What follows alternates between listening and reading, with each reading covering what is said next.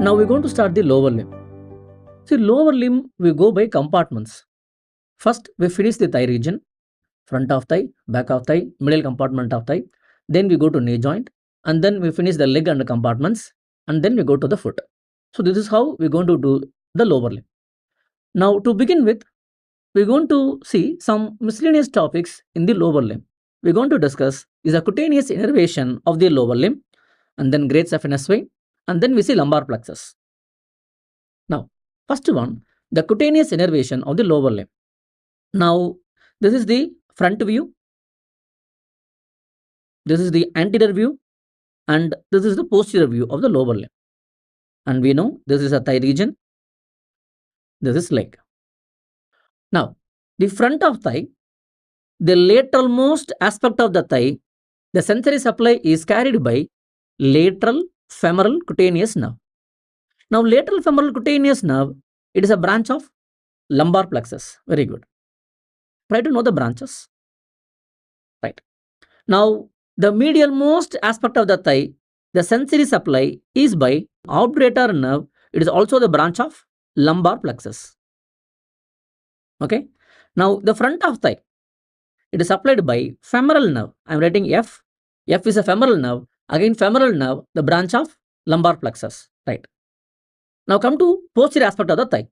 The posterior aspect of the thigh, the sensory fibers are carried by posterior femoral cutaneous nerve. Posterior femoral cutaneous nerve, it is a branch of sacral plexus. And root value, they won't ask you, don't worry.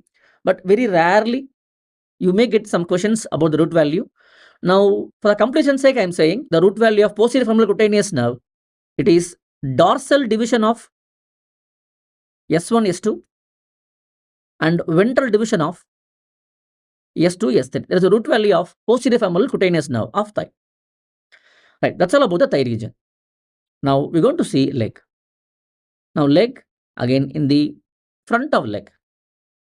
The medial most aspect of the leg. The medial most aspect of the leg, it is supplied by the saphenous nerve. Saphenous nerve, it is a branch of femoral nerve. 2 times we got this question. 2021 and 2022 NEET exam, we got this question. Same question they gave. The patient came to emergency department with the complaints of loss of sensation in the medial side of the leg. That is due to involvement of which of the following nerve? Saphenous nerve. That is a question we got 2 times back to back in the NEET exam. The same question was given in 2021 December FMG exam. They were asking the root value of the nerve involved. Saphenous nerve, medial side of the leg, loss of sensory supply, and the root value is L3, L4. Okay, right. Now, the upper lateral aspect of the leg, the sensory fibers are carried by lateral sural cutaneous nerve. Upper lateral aspect of the leg.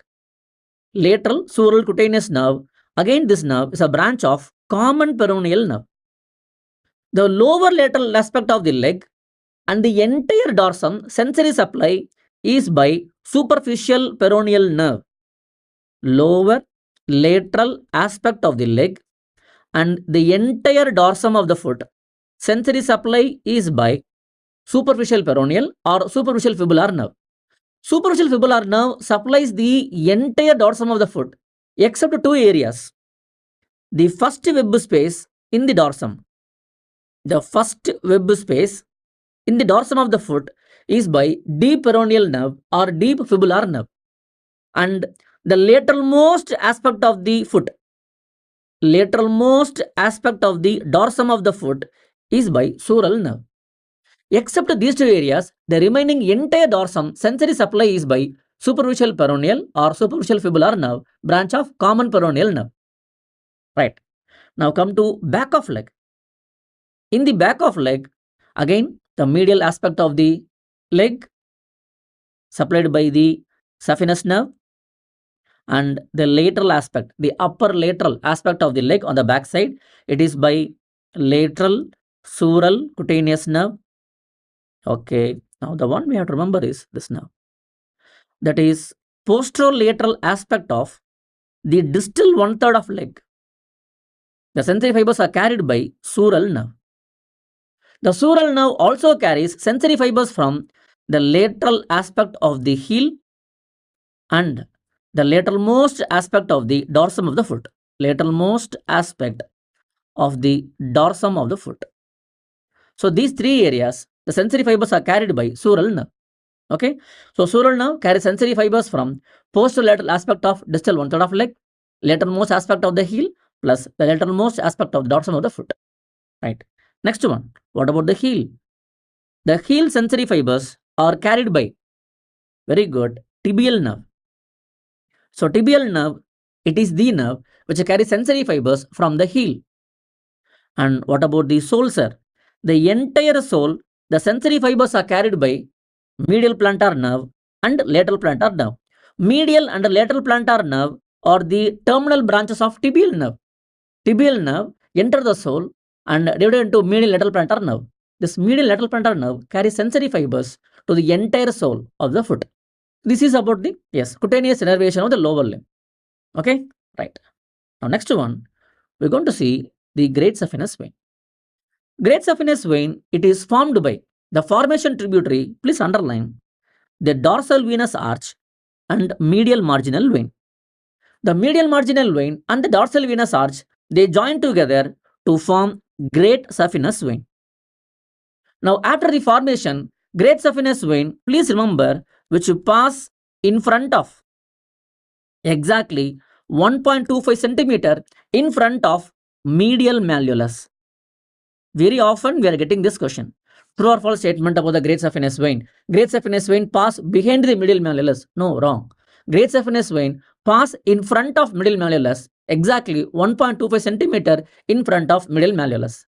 And the great saphenous vein ascend in the medial side of the leg. The point is, there is one structure accompanying the great saphenous vein in the medial side of the leg. What now, sir? That is our saphenous nerve. Again, very important relation. So saphenous nerve is accompanying the great saphenous vein in the medial side of the leg. And you may get this question in the coming NEET exam. The surgeon, while taking the graft from the great saphenous vein, mistakenly damaged the structure accompanying it. So surgeon damaged the, yes, very good, saphenous nerve. So saphenous nerve is accompanying structure of the great saphenous vein in the leg. Then the great saphenous vein, which pass behind the medial condyle of the knee joint. Medial condyle of the knee joint. Okay, and then great saphenous vein ascend in the medial side of the thigh, and finally, which pierce the cribriform fascia. Pierce the cribriform fascia, and which passes through one opening. Which opening? I am talking about this opening. That is the saphenous opening. So through saphenous opening, the great saphenous vein draining into femoral vein. This is the course of great saphenous vein. Okay, right. Now, tributaries, we are not getting any question about the tributaries of great saphenous vein. Just remember the formation tributaries, that is more than enough. And the next one, important one, you have to know about the perforators. Now, these perforators connect the superficial vein to deep veins.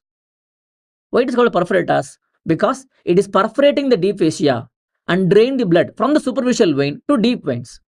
For great saphenous vein, we have some named perforators. You have to know this. Any incompetency of these perforators, which in turn leads to varicose vein, that is why they are asking about the perforators. Okay, we have 4 perforators. Now, in the leg, in the calf, we have cockade perforators. And close to knee joint, we have 2. Below the knee joint, above the knee joint.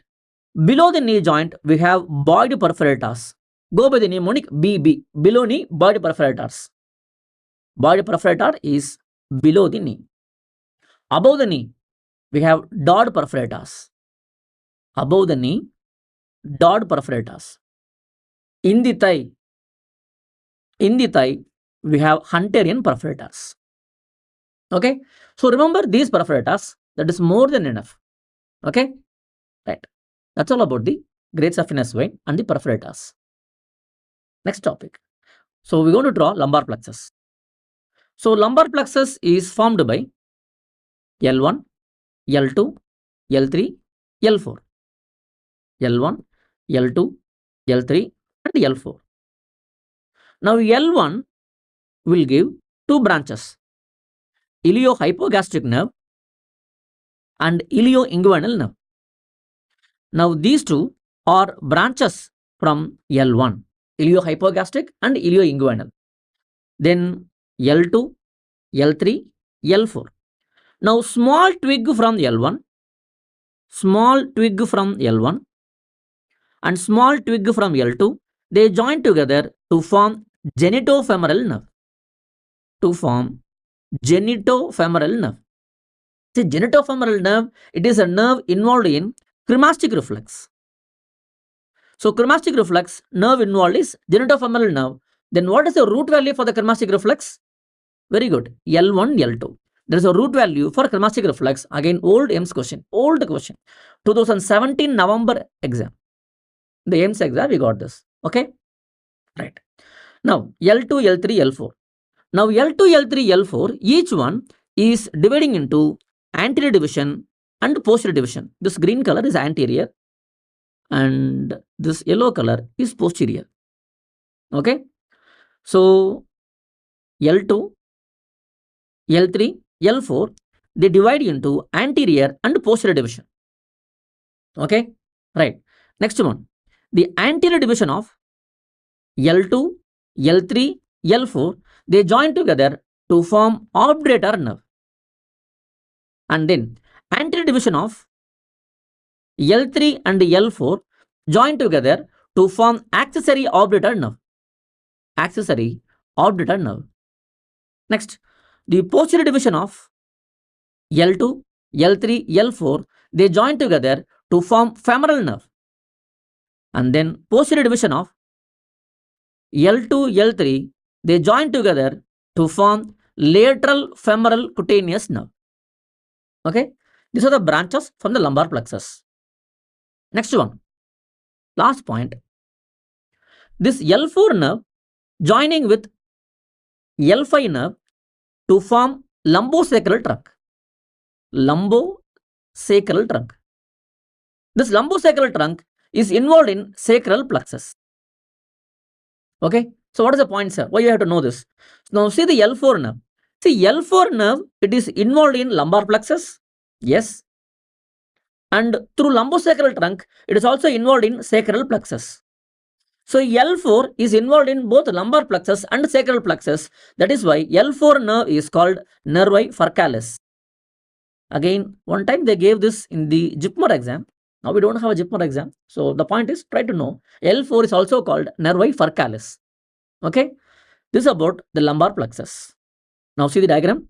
So L1 is giving iliohypogastric and ilioinguinal nerve. Small twig from L1, L2 join together to form genitofemoral nerve. Posterior division of L2, L3, lateral cutaneous nerve of thigh. Posterior division of L2, L3, L4, they join together form femoral nerve. Okay. And the obturator nerve, anterior division of L2, L3, L4.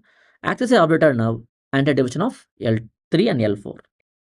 Now see this image. Now identify the muscle. Now these two muscles only helping to identify the branches of lumbar plexus. Now this is our iliacus muscle and this is psoas major muscle. Psoas major muscle. Now there is one nerve which pay the psoas major muscle and then comes out. That is our genitofemoral nerve.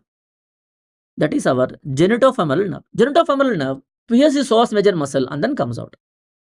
Now there is one nerve which is coming between psoas major muscle and iliacus muscle. I am talking about this nerve. That is a nerve between psoas major and iliacus. That is our femoral nerve. Now medial to psoas major muscle, the nerve of medial compartment, that is our obturator nerve. Okay, and in the lateralmost aspect, we are seeing this nerve, that is our lateral femoral cutaneous nerve. Okay, right. These are the images. Stay. So these are the nerves you have to identify in this image. Sometimes they may give you this image and they mark any of these nerves and they can ask you any question from this nerve. One last point on applied, our meralgia parasitica. Now see the lateral femoral cutaneous nerve. Now lateral femoral cutaneous nerve, which is passing behind this ligament. What ligament? Inguinal ligament, and carry sensory fibers from the lateral aspect of the thigh. Yes, sometimes the lateral femoral cutaneous nerve may compressed while passing below the inguinal ligament. What happened to the patient? Now the patient complains of loss of sensation in the lateral aspect of the thigh. Now this condition is called meralgia parasthetica. So meralgia parasthetica, it is due to involvement of which nerve? Lateral femoral cutaneous nerve. What is the root value? Posterior division of L2 and L3. Okay, right. So these are the points you have to know in the lumbar plexus, and that's all about this module. So in this module, we discuss 3 small miscellaneous topics, and now next we're going to start the thigh.